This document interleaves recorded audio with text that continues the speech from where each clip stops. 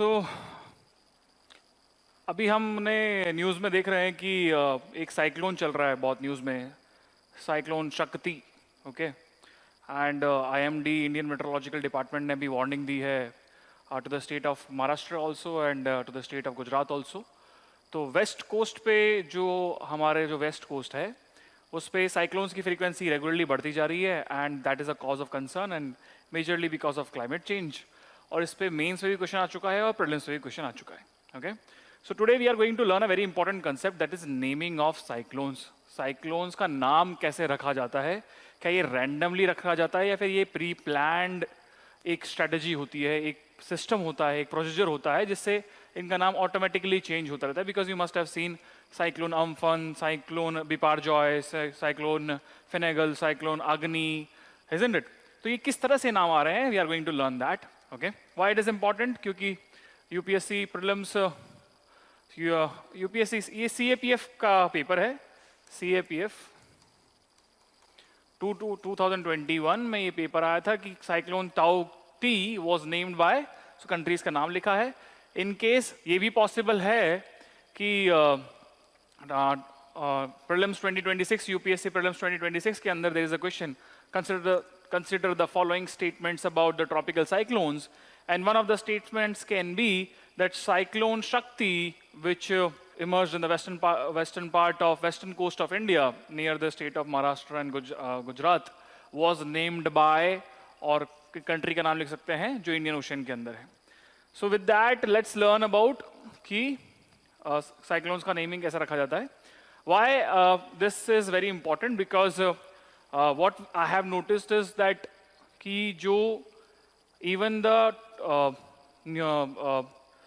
very famous newspapers like the Hindu are writing the name of the cyclone wrong. Spelling इसकी गलत लिख रहे हैं, इसकी spelling ये लिखा जा रहा है शक्ति। So इससे ये impression जा रहा है कि ये जो cyclone है ये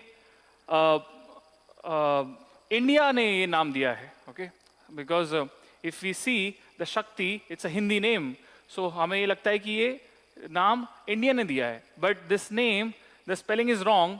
the actual spelling of this is Shakati, it's SHAKHTI, okay, and this name is given by Sri Lanka, okay, so it can become a very confusing statement in UPSC prelims, बहुत ज़्यादा confusing हो सकता है, and most probably अगर trick questions बनता है तो वो शक्ति लिख के इसमें इंडिया का नाम ही डालने वाले हैं, and that is going to become a challenge, isn't it? So, और इसका by the way इसका जो meaning है, श्रीलंकन जो language है, श्रीलंकन तमिल, उसके अंदर और जो श्रीलंकन लैंग्वेज है उसके अंदर इसका मीनिंग स्ट्रेंथ ही है। मीनिंग तो वही है जो शक्ति का है, strength, okay, power, but spelling is this and it is named by Sri Lanka. India ने तो ये नाम दिए हैं, गति, तेज, ये सब नाम दिए हैं। ये जो नाम है ये शक्ति श्रीलंका ने दिया है। Okay okay, with this let's learn about how cyclones are named. Okay, so देखो दोस्तों, साइक्लोन्स को नेम करने के लिए पूरे वर्ल्ड को 5 जियोग्राफिकल रीजन्स में डिवाइड किया गया है, and one of the regions is Indian ocean. Okay, और यहाँ पे एक बॉडी है, उस बॉडी का नाम है economic and social council of Asia and Pacific. Okay, economic and social council of Asia and Pacific, इसके अंदर इंडियन ओशियन, जिसमें bay of Bengal, Arabian Sea and जो इंडियन ओशन का पार्ट है इसकी कंट्रीज हैं, and these countries are listed like this. Okay, these countries are listed like this. How many countries? 1 2 3 4 5 6 7 8 9 10 11 12 13, ये 13 countries हैं। These countries are supposed to give names of cyclones in advance. आपको advance में देना पड़ेगा। For example ये देखिए, column 1 2 3 4 ये advance में ही दे दिया गया है। ये अप्रैल 2020 के अंदर सबमिट कर दिया गया था। Okay, then we are going to see, इसी तरह से column 5 we have seen like this, ये देखिए, ये कॉलम 5 है, 6 है, 7, column 8. This is how they submit their names. और इन कंट्रीज का ऑर्डर अल्फाबेटिकली है, अल्फाबेटिकली अरेंज किया गया है, इनको अल्फाबेटिकली अरेंज किया गया है. ओके, सो फॉर एग्जाम्पल पहले एक कॉलम, ये टॉप लेफ्ट कॉलम से स्टार्ट होगा. फॉर एग्जाम्पल पहला साइक्लोन आया 2020 के बाद, तो उसका नाम निसर्ग रखा गया, उसके बाद गति रखा गया, फिर निवर रखा गया. Then it is followed till here. Then comes column 2, फिर Biparjoy, Tej. Now it is this Shakti. इसके बाद आएगा तो Montha. Okay, it is given by Thailand. It's like pronunciation also, Montha, like this. Okay, so इसके बाद, शक्ति के बाद जो भी साइक्लोन आएगा उसका नाम मोन्था रखा जाएगा. And this is how this sequence is followed. Okay, इस तरह से इन साइक्लोन्स का नाम रखा गया है. Why it is important to give the names of cyclones? Why it is important? For disaster management it is very important. Okay, for disaster management it is very important to give the name of cyclone. कैसे? अगर cyclones का नाम होगा तो there is a clarity among all in the entire region.